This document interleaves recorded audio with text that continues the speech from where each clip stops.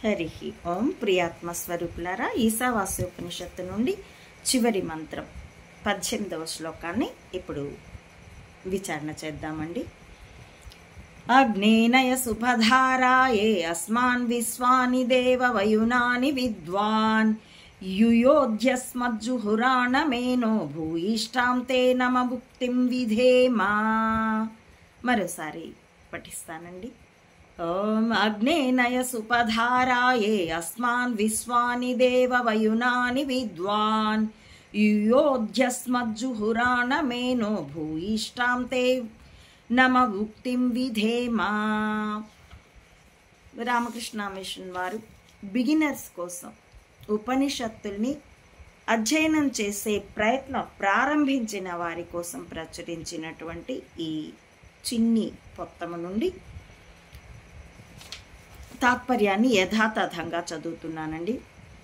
ఓ అగ్నిదేవా, తేజోస్వరూపుడా, మా సకల కార్యాలు నీకు ఎరుకే. ప్రారబ్ధాన్ని అనుభవించడానికైన మమ్ము అనుభవ మార్గంలో తోడ్కొని వెళ్ళు. మమ్ములను ఘోరమైన తప్పుల నుండి వైదొలగ చేయి. నీకు పదే పదే మా నమస్కారాలు. తప్పుల నుండి వైదొలగ చేయాలంటే ఎవరు చేయాలండి? ఈశ్వరుడే చేయాలి. అందుకే రామకృష్ణ పరమహంసుల వారు అంటారు, నీకు ఇల్లు ఇచ్చినందుకో, ధనం ఇచ్చినందుకో, కుటుంబాన్ని ఇచ్చినందుకో, పదవులు ఇచ్చినందుకో, కీర్తిని ఇచ్చినందుకో కాదు, ఈశ్వరుడికి నువ్వు కృతజ్ఞత చెప్పాల్సింది. మంచి బుద్ధినిచ్చినందుకు ఈశ్వరా నాకు అదివ్వు ఇదివ్వు అని కాదు కోరవలసింది, నా బుద్ధిలో నీ ఉండు ఈశ్వరా అని కోరమని చెప్తారు.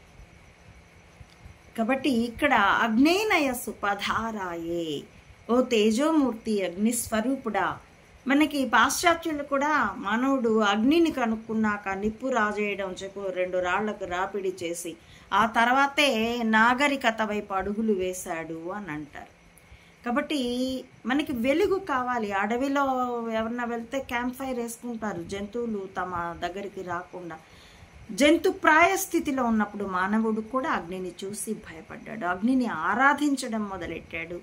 ఆ అగ్నిని తాను తగిన విధంగా యుక్తత మేరకు ఉపయోగించడం నేర్చుకున్నాకే నాగరికుడైనాడు. కాబట్టి ఇటువంటి ఓ సూర్యుడా, ఓ భగవానుడా, ఆయన కర్మసాక్షి అంటాం. మా యొక్క అన్ని కార్యాలు నీకు తెలుసు. ఎందుకంటే సూర్యుడు రాకపోతే చలికి మనం గడ్డగట్టుకి ఎప్పుడొస్తాడో సూర్యుడని చూస్తూ ఉంటాం. ఆయన శక్తి ప్రదాత మనకి. అటువంటి ఆ సూర్య భగవానుడి ఆ శక్తి గ్రహణతోనే మన మనస్సు అయినా ఆలోచించేది, బుద్ధి అయినా విచక్షణ చేసేది, చిత్తం నిర్ణయాలు తీసుకునేది, ఏదైనా సరే. కాబట్టి మన యొక్క అన్ని కర్మలకు ఆయన సాక్షి. బయట వాళ్ళకి తెలియని మన ఆలోచనలు కూడా ఆయన చూసి ఉన్నవాడు. కాబట్టి మమ్మల్ని అనుభవ మార్గంలో తోడ్కొని వెళ్ళు. ఎలాంటిది? ఇక ముందేవో ఇంతకు గతంలో చేసినవేవో చేసాం, తప్పులే చేసాం, వాటి ప్రారబ్ధాన్ని మాత్రమే అనుభవిస్తూ ఇప్పటి పనులు మళ్ళీ మాకు ఆగామి అవ్వకుండా నిష్కామంగా చేసే మార్గంలో మమ్మల్ని తీసుకుని వెళ్ళు. మా జీవితాల్ని కేవలం కొత్త పనులు చేసి ఫలితాలు రాకుండా ఉండే మార్గంలో మమ్మల్ని తోడ్కొని వెళ్ళు అని ప్రార్థిస్తూ మళ్ళీ ప్రతి ఉపనిషత్తుకి దానిదైనటువంటి ఒక శాంతి మంత్రం ఉంటుంది. ఆ శాంతి మంత్రంతోనే మనం ఉపనిషత్తు పారాయణ అధ్యయనం ప్రారంభించవలసి ఉంటుంది. అలాగే ముగింపు కూడా. ఓం పూర్ణమద పూర్ణమిదం పూర్ణాత్ పూర్ణముదచ్యతే పూర్ణస్య పూర్ణమాదాయ పూర్ణమేవావశిష్యతే. శూన్యంలోంచి శూన్యాన్ని తీసేసిన, శూన్యానికి కలిపిన, శూన్యంతో భాగించిన, సున్నాని సున్నతో హెచ్చించిన వచ్చేది సున్నే. ఈ జగత్తు శూన్యమే, భ్రమే.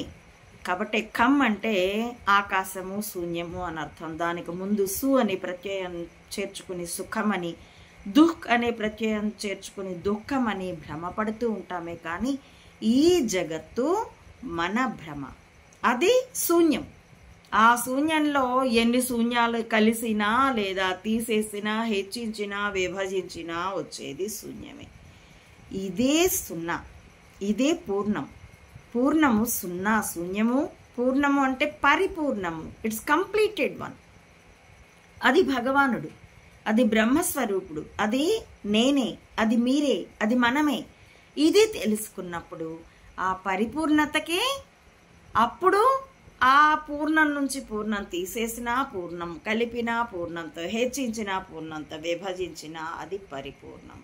దాని పరిపూర్ణతకు వచ్చినటువంటి లోటు కానీ ఏది ఉండదు. ఇది మనం తెలుసుకోవాల్సి ఉంటుంది. శాంతి మంత్రంతో వచ్చే తాపత్రయ శాంతేగాక, మానసిక సంసిద్ధతే కాక, శాంతి మంత్రం మన మనస్సుని ఉల్లాసపరుస్తుంది. ప్రారంభించేప్పుడు ఉత్సాహపరుస్తుంది, పూర్తి చేసినప్పుడు ఉల్లాసపరుస్తుంది. ఈ అనుభవం మీకు కూడా ఉందని అనుకుంటున్నాను. ఉంటుంది ఖచ్చితంగా. నా ఈ కంటెంట్ మీకు నచ్చితే please like, share and recommend my channel to others and subscribe it. Please support Amma Odi Mata Anantananda to spread the truth. Thank you for watching.